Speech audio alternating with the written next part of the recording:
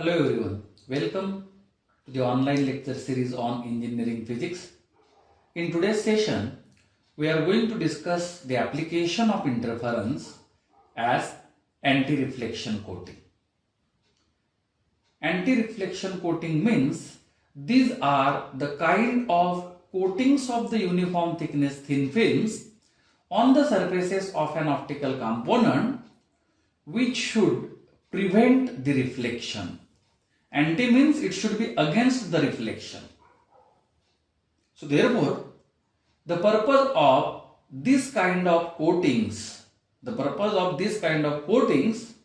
is just to suppress or reduce the reflection, or in short, it will be used to prevent the reflection. So therefore, the basic purpose of this kind of anti-reflection coatings is what? It will be used to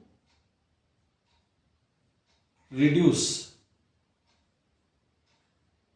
or suppress, or we can say that prevent the reflections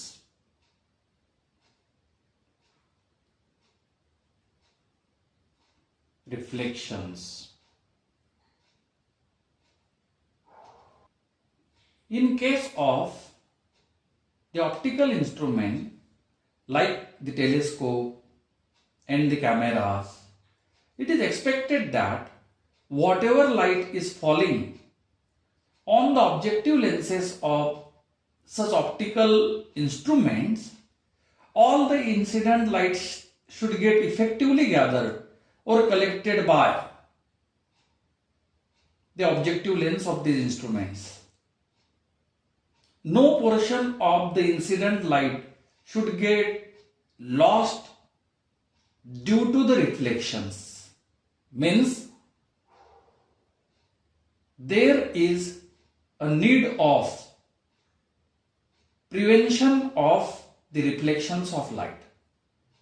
If there is a loss of light due to reflection, it may cause the poor performance of the instrument. If it is the case of camera, then the camera may going to construct the poor quality images. On the surface of solar cell, whatever be the sunlight is falling on its surface, all amount of that incident light should get effectively absorbed by the solar cell. If some of the incident light get lost due to reflection, it means that solar cell is going to convert the less amount of incident light into the electrical energy or electricity. So therefore, the anti-reflection coating is an important requirement usually for the surfaces of an optical component.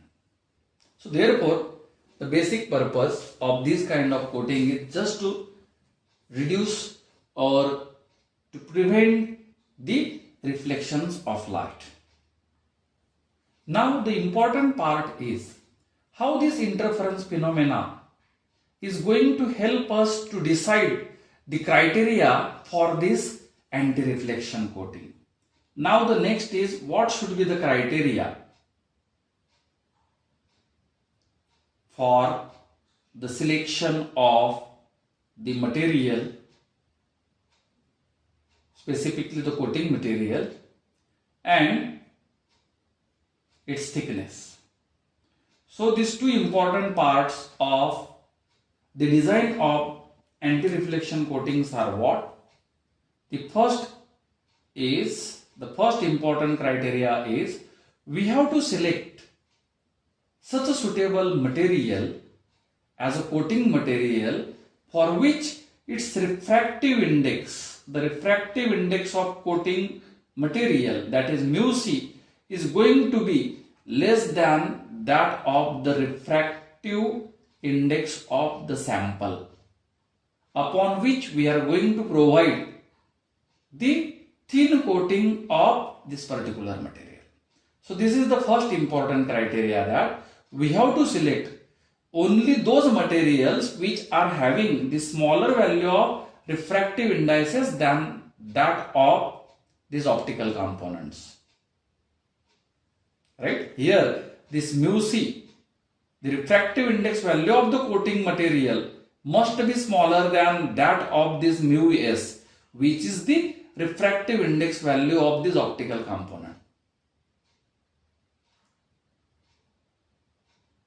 Because of that, when a light ray strikes the top surface of this coating, then upon reflection, it undergoes an additional optical path change of lambda by 2. Here, the above medium is the air medium, and hence the reflection of this light is taking place from the surface of denser coating medium, and hence there will be a term of lambda by 2. Additional optical path of lambda by 2 for this first reflected light ray. Again, when it travels inside the thin coating and gets reflected at the bottom of the coating, or we can say that from the top surface of this sample optical component, again here the Stokes law can get applied, because the refractive index value of this sample is greater than that of the refractive index of this coating. So therefore, there will be an additional optical path of lambda by 2. So for the second light ray also. So this is going to help us to find out the optical path difference between this reflected light ray. Because the second important criteria for designing the anti-reflection coating is what? We have to provide the coating of this selected material with some optimum thickness, some optimum or appropriate thickness, that is T. Now what should be the thickness of coating? That we can decide with the phenomena of interference. Now if we consider the reflected light ray from the top surface of this film, then for reflected rays,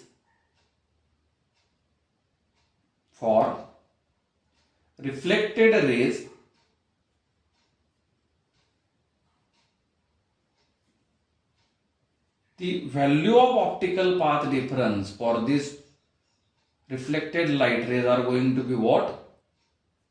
It is this twice mu t. As this is the case of uniform thickness thin film, we have to use the equation of optical path difference for uniform thickness thin film, and that is twice mu t cosine of r plus the difference of this additional path, optical path for both the light ray. It is going to be lambda minus 2 by lambda by 2 minus lambda by 2, and hence it comes out to be 0. So therefore, the effective value of optical path for this particular case comes out to be twice mu t cosine of r. This is the value of optical path difference between this reflected light ray. Now, to reduce the reflection for this reflected light ray, the value of this optical path difference del must be such that it should be odd multiple of lambda by 2. Means this del should satisfy the condition for destructive interference. Only then there will be no amplitude of reflected light due to the destructive interference. This del should be odd multiple of lambda by 2. That is 2n plus 1 times lambda by 2. If the value of optical path difference is 1 times lambda by 2, then the reflected light rays are going to interfere destructively. For this reflected light ray, there will be no loss of any intensity if the value of optical path difference is odd multiple of lambda by 2.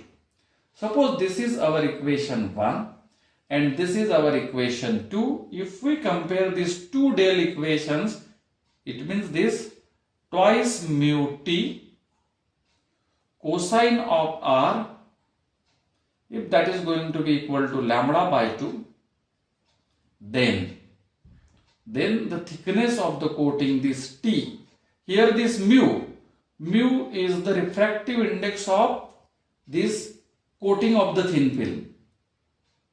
Mu should be the refractive index of the coating of the thin film, and hence the thickness of the coating t comes out to be this lambda by 2. Take this 2 to this side, it becomes lambda by 4 into this mu c into cosine of r. That should be the value of thickness of the coating. If we provide a coating of a material having the smaller value of refractive index than that of this sample, and at the same time its thickness should be of the order of lambda by 4 times the refractive index of the coating medium and cosine of r. If we consider the case of normal incidence, for normal incidence, the angle of incidence as well as angle of refraction is going to be 0. And if it is 0, then this cosine of r is going to be equal to 1. Then for normal incidence, the thickness of the coating will become this lambda by 4 into this mu c. This is the equation for the thickness of the coating. Let me give the next number. Here suppose the number is 3. Here the equation number is suppose 4. This is how we can use this phenomena of interference to design the anti-reflection coating. Now, the another important application of interference is the testing of optical flatness of the surfaces of optical component. Here also we can use the interference phenomena if we use one standard optically flat surface as a reference surface to test the surface quality of a sample.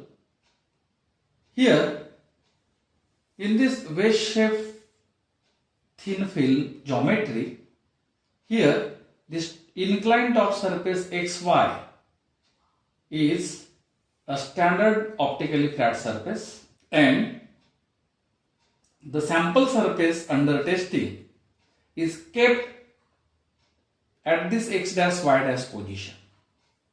Now, depending upon the nature of the surface of the sample, we can observe a particular interference pattern.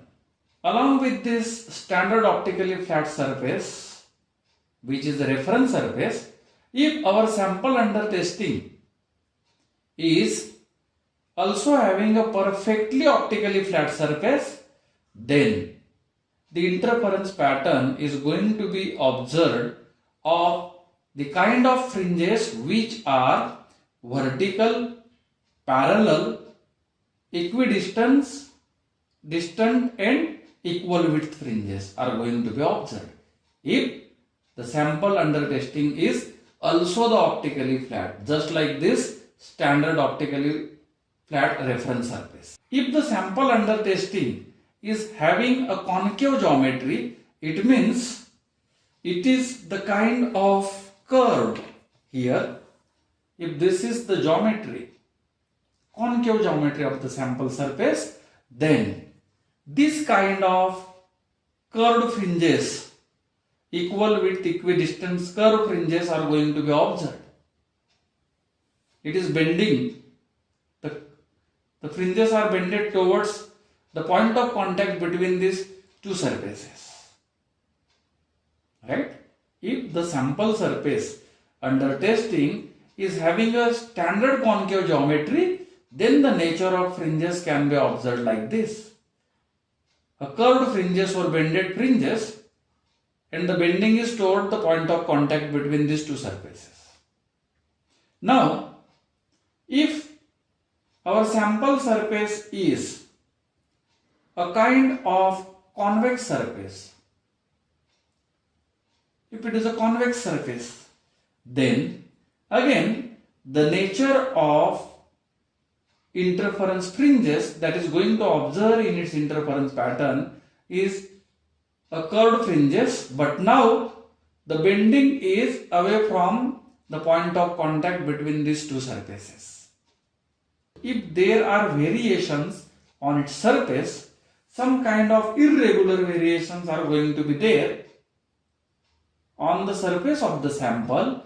This is going to result into a kind of fringe pattern or interference pattern which is consisting of such kind of zigzag fringes. This indicates that the sample surface under testing is not that perfectly flat, or it is not an optically flat. So that is how we can use this idea of interference for the testing of the optical flatness of the surfaces of optical component. Because in optics we use different kinds of optical components like lenses, mirror, prism, filters like polarizers and the analyzers. So it is expected that the surfaces of all these optical components must be perfectly flat or optically flat, and that we cannot observe directly through our eyes. If we observe the interference pattern by making this kind of arrangement of the thin film, means one of the surface of the film is a standard optically flat surface, and at other surface we can place the sample for the testing of its surface. If the sample is having perfectly optically flat surface, then the vertical parallel fringes are going to be observed. If it is having a standard concave geometry or the convex geometry, then accordingly the curved fringes are going to be observed. But if the surface is having the irregularities on its surface, then we can observe the randomly varying fringes or the zigzag kind of fringes. So that is how we can test the optical flatness of the surfaces of optical component by using this phenomena of interference. So these were the two most important applications of the interference. So one was the anti-reflection coating, and just now we have seen this testing of optical flatness of the surfaces of optical component.